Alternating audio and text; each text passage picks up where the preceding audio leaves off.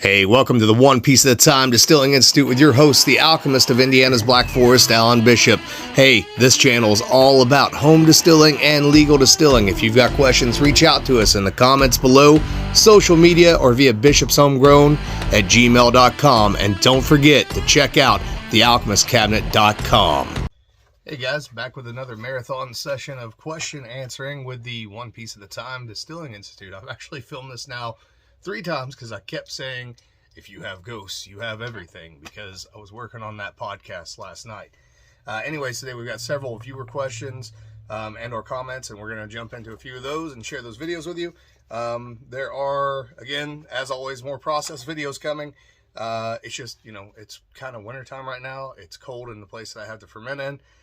Everything takes a lot longer in the wintertime than it does in the summertime, considering the setup that I have as far as doing things on a hobbyist level to actually get to the production of those things. But things are coming. There is a, it'll probably be up by the time this video goes up, there is a coffee spirit fermentation video coming that'll be followed up by multiple distillation videos comparing the 13 stills, One Piece at a Time, crossover still, the Black Forest edition still, and its rectification capabilities on a single pass, alongside a Ozark Stillworks, sorry Wayne, I got confused there for a minute. Ozark Stillworks shocker deflator alongside an Ozark Stillworks Mr. Fusion rectifying pot still head. So we'll basically be doing single pass distillation of this coffee spirit and then comparing those single pass distillations to one another to see what kind of proofs we get, what kind of flavors we get, etc.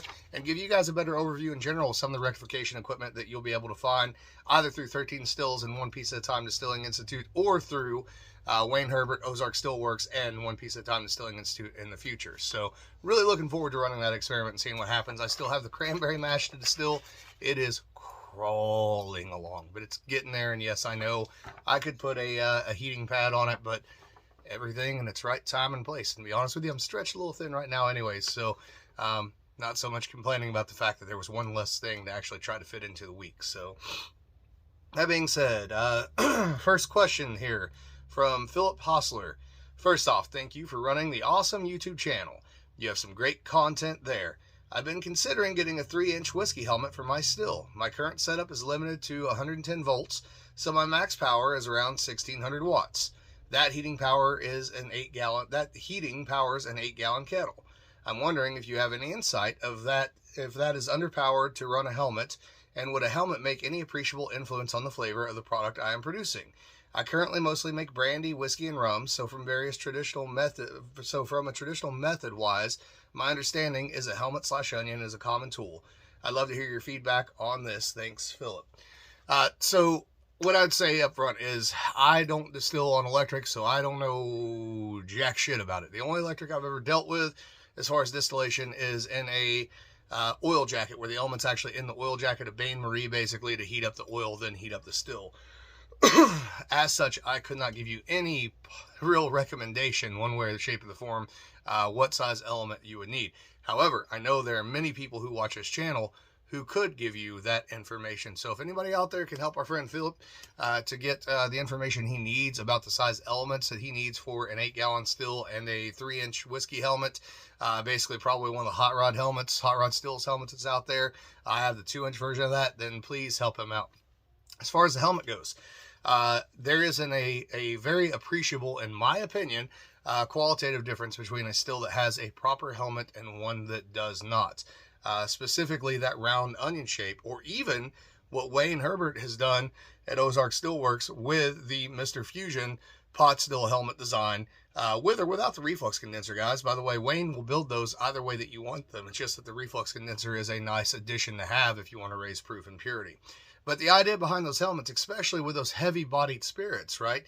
Whiskey, rum, brandy, etc., even tequila, is that you're going to get a cleaner product in terms of copper conversation, because you have a larger copper surface area for the vapor to expand into. It's an expansion chamber. We've talked about this on the channel a few times, that as the vapor rises into that chamber, it tries to go straight up to the outlet. It can't make it all out the outlet. It clouds, it comes around, comes in conversation with copper, not only cleaning up the SO2 and H2S that you may or may not have had during fermentation, but also causing a little bit of natural reflux, especially if you're not in an entirely controlled environment, which falls back down into the pot, meeting vapor alcohol rising through liquid alcohol.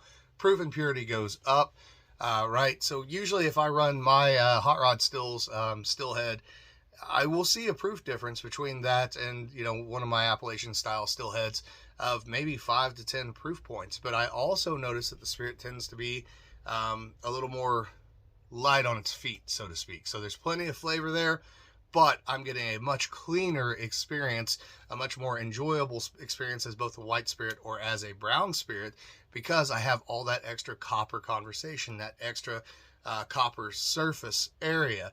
And for sure in traditional distillation, you know, those onion style heads, those traditional style heads are used across all of those different media that we just talked about and touched base on, and they are all considered very, very important. You don't hear as much about it in bourbon whiskey, specifically because there's so much bourbon made on low rectification Kentucky style column stills. But those of us that make bourbon whiskey the traditional way on pot stills, we certainly get very particular about having expansion chambers, the shape of those expansion chambers, and making sure that those are copper. Now, if you're doing a lot of highline distillation stuff, or trying to do a lot of neutral stuff, or, you know, really doing sugar washes, yeah, maybe there's some advantage there. But definitely with all grain, definitely with all fruit, definitely with traditional rum, I think that you will find the investment very, very worthwhile. I can verify that the hot rod still heads are fantastically made. They look just as good as anything that I have at work with my professional equipment, as far as the welding goes, the craftsmanship goes, the quality of the copper goes, the ease of use and cleaning, etc. But again, don't overlook Ozark Steelworks when it comes to that style head too. It's not a round head, it's more of a diamond shaped head, but it's going to do very similar things for your distillate and for the quality of your distillate. The only thing I suspect that you probably get a little bit more of off of Wayne's head, and I have to play with it some more, both in reflux mode and just regular detuned pot still mode. But I think where you have the corners that meet on the edge, you're probably going to get a little bit more reflux and maybe even a little more copper conversation, because there's some corners where that vapor can build up just a little bit. So hope that helped you out with the question. And as always, keep your alls coming. bishopshomegrown@gmail.com. Comments below, social media, etc. I love getting questions. I love answering questions. If there's anything in particular that you want to see, and let me also reiterate this. Sometimes I do miss questions. I will give you an example. I didn't miss it. I recorded a video for a question. This is some goofy shit right here is what this is. I recorded a video for a question. Got rid of the email and or the social media post as far as like not knowing where it's at. I vaguely remember the question had to do with acetaldehyde and, you know, some of the big companies leaving acetaldehyde in, but I don't remember the exact question. And unfortunately, when I was cleaning up my phone the other day, I might have deleted the answer.